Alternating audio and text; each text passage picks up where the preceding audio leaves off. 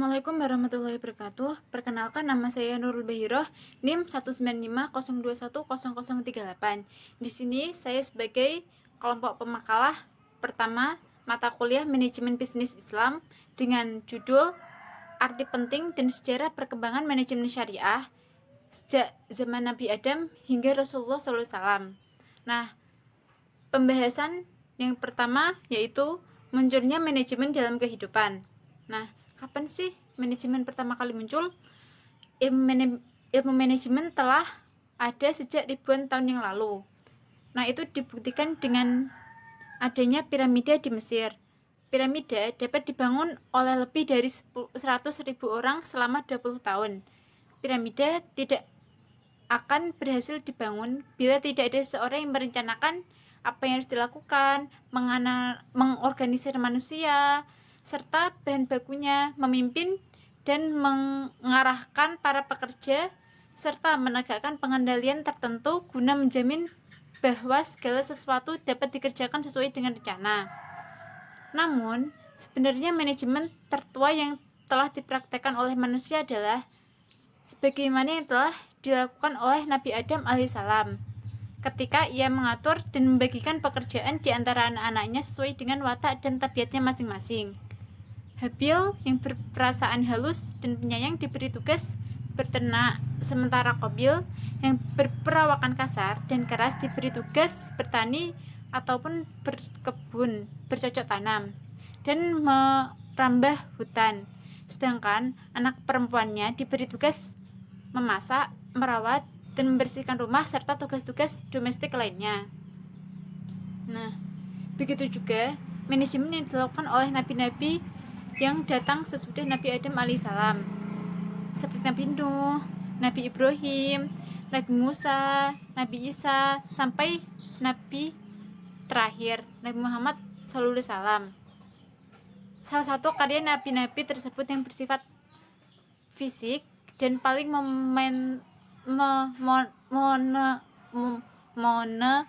monumental adalah Ka'bah yang dibangun kembali oleh Nabi Ibrahim bersama Nabi Ismail alaihissalam. Para ahli menganggap bahwa manajemen ilmiah ini lahir dari peradaban Barat. Kelahirannya dilatar belakangi oleh kebutuhan hubungan kerja antara individu satu dengan individu lainnya. Walaupun sebenarnya manajemen telah lama diterapkan oleh Islam, bahkan ketinggian manajemen telah mengantarkan umat Islam menduduki tempat tertinggi dalam hal peradaban di dunia ini selama belasan abad. Ada beberapa aliran sebagai dasar pemikiran yang dibagi berdasarkan aliran klasik, aliran hubungan manusiawi, dan manajemen modern yang merupakan cikal bakal teori manajemen yang berkembang terus, dan berbagai aliran lainnya. Nah, aliran klasik dikenal dengan pendekatan proses dan produksi, sedangkan hubungan manusiawi lebih melihat dari sisi sumber daya manusia yang berada dalam organisasi. Nah, pengertian manajemen menurut Stoner adalah proses perencanaan, pengorganisasian, pengarahan, dan pengawasan usaha-usaha para anggota organisasi dan penggunaan sumber daya organisasi lainnya agar mencapai tujuan organisasi yang telah ditetapkan. Jadi, dapat disimpulkan bahwa manajemen adalah kerjasama antara orang-orang untuk menentukan, menginterpretasikan, dan mencapai tujuan organisasi dengan pelaksanaan fungsi-fungsi perencanaan, pengorganisasian, pengarahan, dan pengawasan. Namun, dalam Islam, manajemen diistilahkan dengan menggunakan kata tadbir atau pengaturan. Kata ini merupakan derivasi dari kata dabbara yang artinya mengatur, yang terdapat dalam surah As-Sajdah ayat 5 yang berbunyi yudabbirul amru minas sama'i ilal ard ilal ardi thumma ya'ruju ilaihi fi yawmin kana miqdaruhu alfu sanatin mimma ta'uddun, yang artinya dia mengatur urusan dari langit ke bumi, kemudian urusan itu naik kepadanya dalam suatu hari yang kadarnya adalah 1000 tahun menurut perhitunganmu. Quran Surah As-Sajdah ayat 5. Kandungan dari ayat itu adalah bahwa Allah adalah pengatur alam atau manajer. Keteraturan alam raya ini merupakan bukti kebesaran Allah Subhanahu wa taala dalam mengelola alam ini.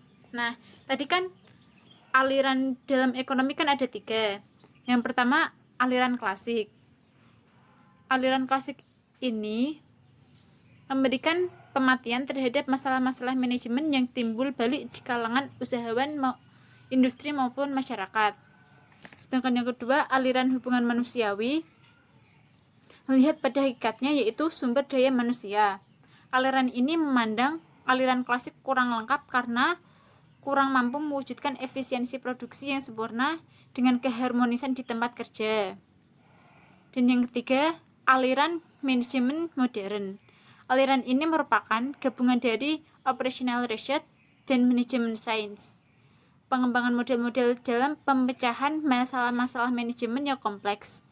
Pengembangan model-model dalam memecahkan masalah manajemen yang kompleks dengan memanfaatkan adanya bantuan komputer, maka dapat memberikan pemecahan masalah yang lebih berdasar rasional kepada para manajer dalam membuat keputusan. Teknik-teknik ilmu manajemen ini membantu para manajer organisasi dalam berbagai kegiatan penting, seperti dalam hal pelanggaran modal. Cukup sekian yang dapat saya sampaikan. Mohon maaf bila ada salah kata. Sekian, wassalamualaikum warahmatullahi wabarakatuh. Assalamualaikum warahmatullahi wabarakatuh. Perkenalkan, nama saya Saril Malina, NIM 1950210039. Di sini saya dari kelas MBS 4A, kelompok 1, mata kuliah Manajemen Bisnis Islam. Jadi di sini saya akan menjelaskan pentingnya arti manajemen. Oke. Sebagian dari kalian mungkin merasa tidak memiliki waktu yang lebih atau waktu yang cukup dalam mengerjakan sesuatu atau pekerjaan, kegiatan gitu, sehingga beban tugas dan pekerjaan bisa menumpuk meskipun sudah mendekati deadline. Penyebabnya itu biasanya kurang pandai dalam mengatur waktu atau manajemen waktu. Jadi ilmu manajemen itu biasanya dapat diartikan sebagai ilmu pengetahuan yang secara sistematis supaya organisasi atau pekerjaan yang Anda lakukan sesuai dengan susunan kegiatan yang sudah direncanakan, hingga pekerjaan tersebut menghasilkan sesuatu yang bermanfaat bagi diri kita masing-masing atau juga bagi orang lain. Ilmu manajemen juga bisa dikatakan salah satu cara keberhasilan sebuah organisasi bisnis dalam melaksanakan dan mengatur rencana, membangun organisasi, mengarahkan pengawasan dan pengendalian. Jadi ilmu manajemen itu bisa diterapkan pada diri kita masing-masing atau dalam sebuah perusahaan, organisasi, dan lain-lain. Pengertian ilmu manajemen menurut pendapat Ricky W. Griffin, pengertian manajemen adalah proses perencanaan, organisasi, koordinasi, dan kontrol pada sumber daya agar tujuan tercapai secara efektif dan efisien.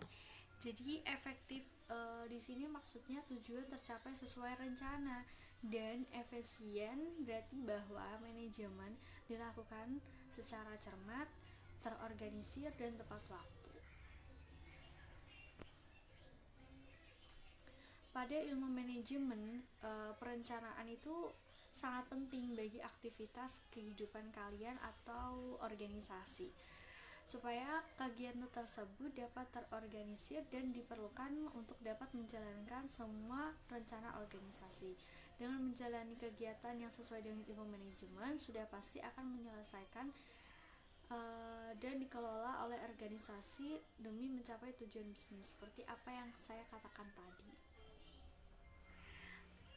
Sedangkan manajemen menurut pandangan Islam, menurut Ketua Dewan Penasehat Majelis Ulama Indonesia, Kiai Haji Profesor Kiai Haji Ali Yafi, dalam Islam manajemen dipandang sebagai perwujudan amal soleh yang harus bertitik tolak dari niat baik.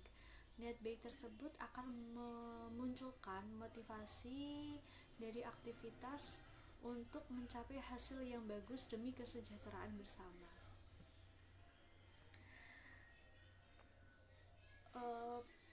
Pada dasarnya, ajaran Islam yang tertuang dalam Al-Quran, As-Sunnah, dan juga Ijma, ulama banyak mengajarkan tentang kehidupan yang serba terarah dan teratur.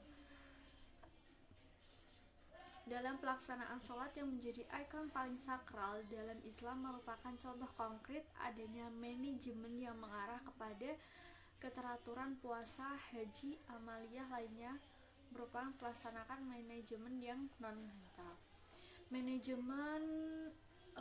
Dalam manajemen itu sendiri telah ada ketika Allah menciptakan alam semesta beserta isinya. Unsur-unsur manajemen dalam pembuatan alam serta makhluk-makhluk lainnya. Contohnya itu hewan semut. Hewan semut adalah contoh hewan yang memiliki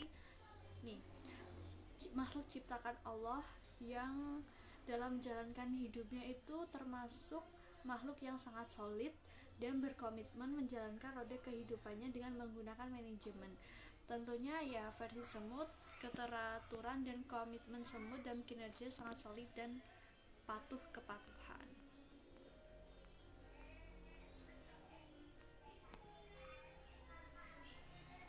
Oke. Pengertian manajemen itu ada 3 aspek kan. Pertama, manajemen sebagai ilmu pengetahuan, bahwa manajemen memerlukan ilmu pengetahuan. Kedua, manajemen sebagai seni di mana manajer harus memiliki seni atau keterampilan memanage. Ketiga, manajemen sebagai profesi, bahwa manajer yang profesional bisa memanage secara kegiatannya secara efektif dan efisien. Jadi pada intinya ilmu manajemen harus diterapkan dalam aspek kehidupan kita, dalam diri kita masing-masing, karena ketika kita sudah menerapkan ilmu manajemen dengan baik pada diri kita masing-masing, kita juga akan muncul rasa disiplin, tanggung jawab, dan hidup kita juga lebih terarah untuk melakukan rencana-rencana yang sudah kita rencanakan gitu. Manajemen juga menurut saya memudahkan kita untuk mengambil sebuah keputusan. Sekian dari saya, mohon maaf jika ada kesalahan. Wassalamualaikum warahmatullahi wabarakatuh. Assalamualaikum warahmatullahi wabarakatuh. Nama saya Maina Siti Anissa, NIM 1950210040. Di sini saya akan menjelaskan mengenai manajemen era Nabi Adam sampai dengan Nabi Muhammad. Konsep dasar manajemen pada Nabi Adam sampai dengan Muhammad. Dalam pandangan Islam, segala sesuatu harus dilakukan secara rapi, benar, tertib, dan teratur.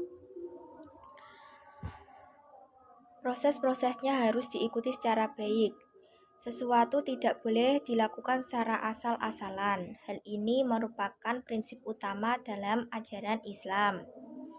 Dalam konsep manajemen syariah yang dirumuskan oleh Dr. Kiai Haji Didin Hafifuddin MSc dan Henry Tanjung SSI MMM dalam bukunya yang berjudul Manajemen Syariah dalam Praktek.